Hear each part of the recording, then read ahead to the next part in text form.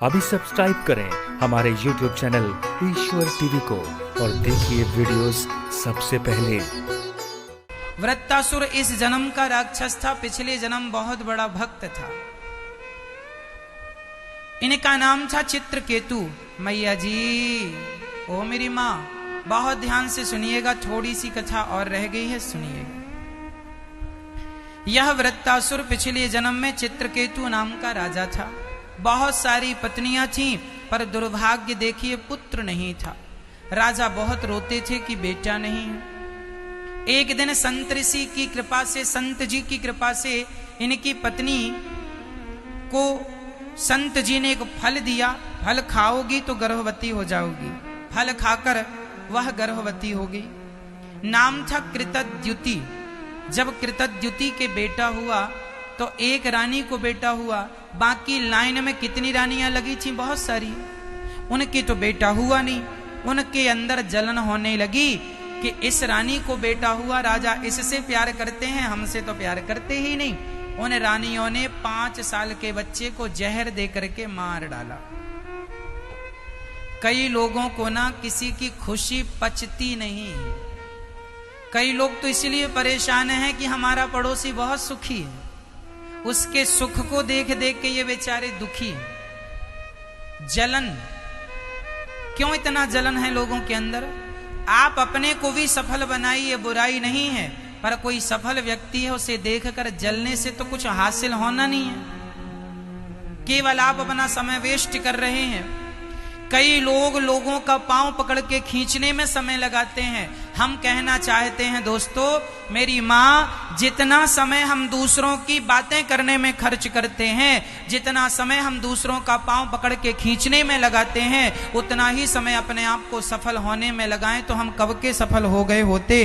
हम स्वयं सफल नहीं होना चाहते। हम सफल लोगों का पांव पकड़ के खींचना तो चाहते हैं, लेकिन खुद को सफल नहीं बनाना चाहते। इसलिए लोगों को प्रॉब्लम है, परेशानी में।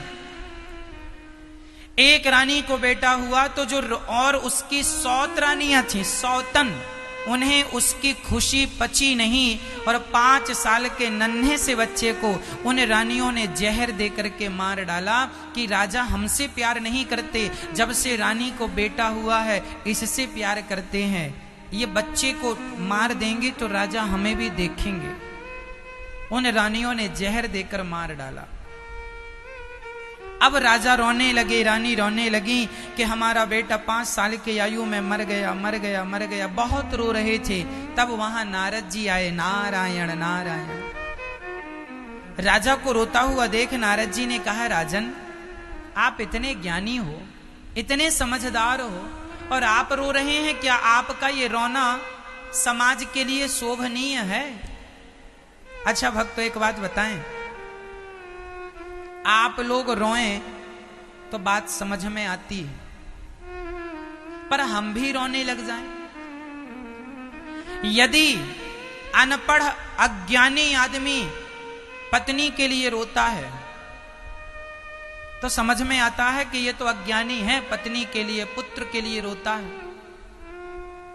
पर ज्ञानी आदमी भी पुत्र के लिए रोने लग जाएगा तो फिर अनपढ़ में और ज्ञानी में अंतर क्या रह जाएगा? इसलिए कहता हूं, सत्य से भागने की जरूरत नहीं है, सत्य को स्वीकार करने। आज लोग दुखी क्यों हैं? क्योंकि वह सत्य को स्वीकार नहीं करते। चित्रकेतु रोने लगे, मेरा बेटा मर गया, मेरा बेटा। नारद जी ने समझाया, पागल रोता है, बेटा मर गया, कौन तेरा बेटा है? बोले ये मरा पड़ा है बेटा। ना पागल, ये तेरा बेटा नहीं है। नहीं माने चित्रकेतु।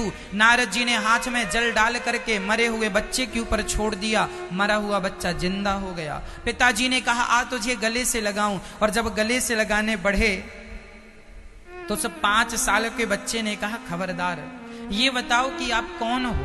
पिता ने कहा, मुझे नहीं जानता, मैं तेरा पिता हूं। उस बच्चे ने कहा, पिताजी, कितनी बार मेरा जन्म हुआ, कितनी बार आपका जन्म हुआ, किस जन्म के आप माता पिता हो, जरा ये तो स्पष्ट कर दो। कितनी बार मेरा जन्म हो चुका और कितनी बार आपका जन्म हो चुका?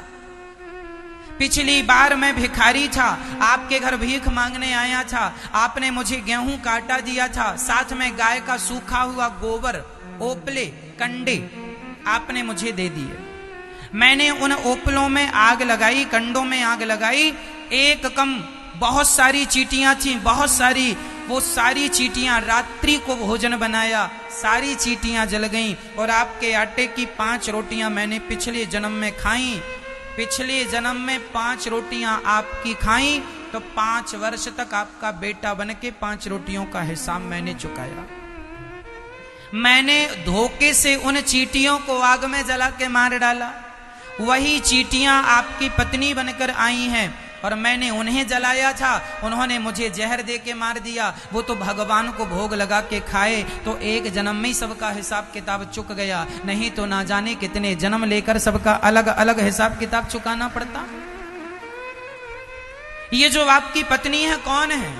ये आपकी पत्नी नहीं है, ये आपके कर्मों का फल है। ये जो आपका पति है, ये आपका पति नहीं, आपके कर्मों का फल है। आपका बेटा बेटा नहीं, आपके कर्मों का फल है। अच्छा किया था, अच्छे कर्म ही बेटा बनकर आते हैं और बेटा सेवा करता है। बुरे कर्म करोगे तो बेटा बुरा बन के आएगा, लाठियों से मारेगा। आपका पति बहुत अच्छा है और पड़ोसन का पति बहुत बुरा है, क्यों?